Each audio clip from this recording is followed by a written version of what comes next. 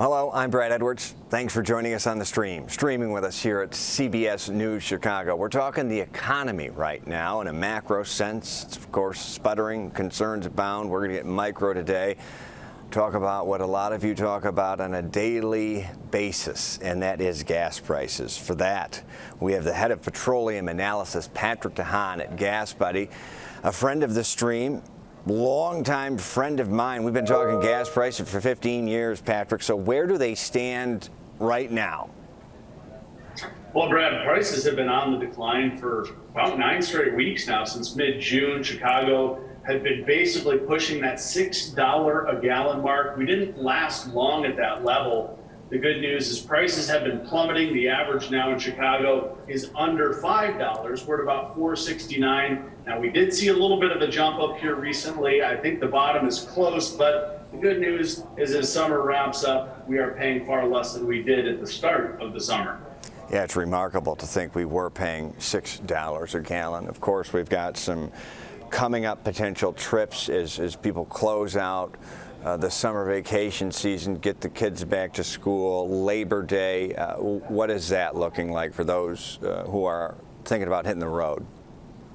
Well, I think it could be a bit of a bumpy ride here, Brad, going into the last couple of weeks of the summer driving season. Now, the decline will likely fizzle out. Oil prices have rebounded slightly. A lot of what's factoring into what we pay and what we will pay is economic data. There's been a lot said about the possibility of a slowdown, the Federal Reserve raising interest rates at a fairly aggressive pace, and whether or not we get those lower prices is going to hinge on some of that economic data that we get, not only out of the U.S. economy, but the Chinese economy as well. China and the U.S. are the two largest consumers of oil products.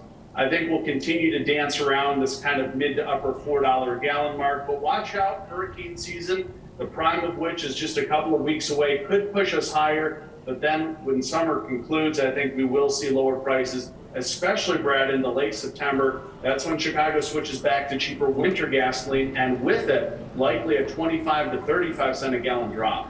Yeah, that will be welcome news for many. So, Patrick, let's get into the weeds here, which we can do here on the stream. We can really kind of dive into some rabbit holes we typically wouldn't dive into.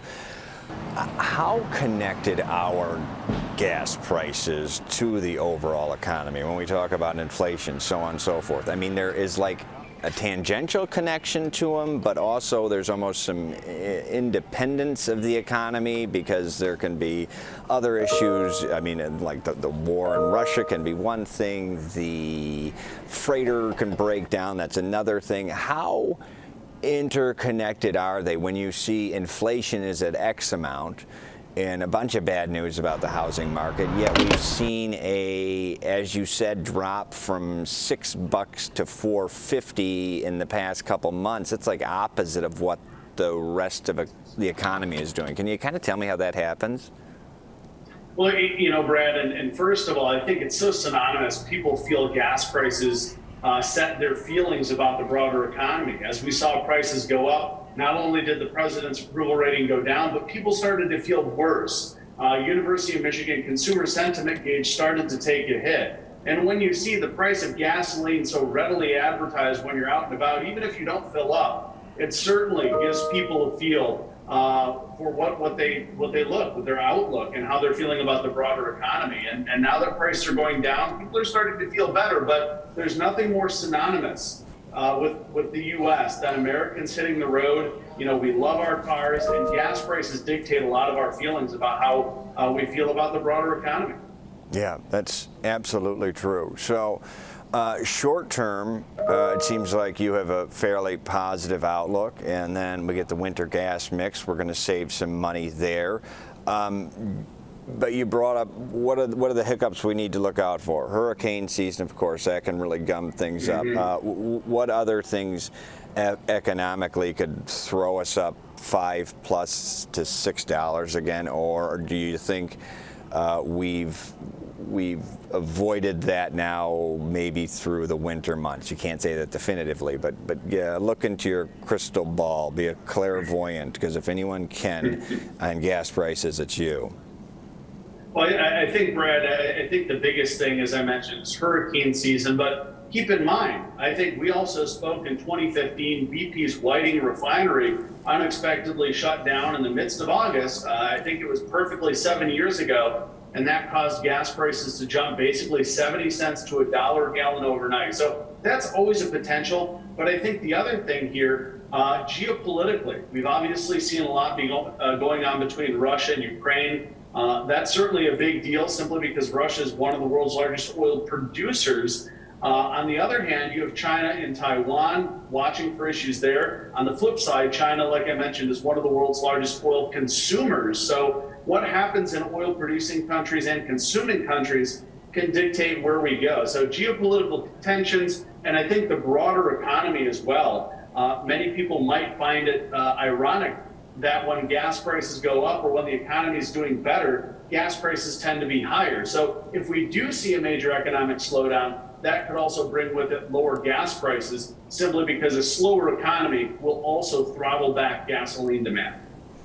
Yeah, so basically slower economy means people won't want to spend it much, and then meaning that those that are going to sell it going to drop the prices, hoping people buy then anyways, correct?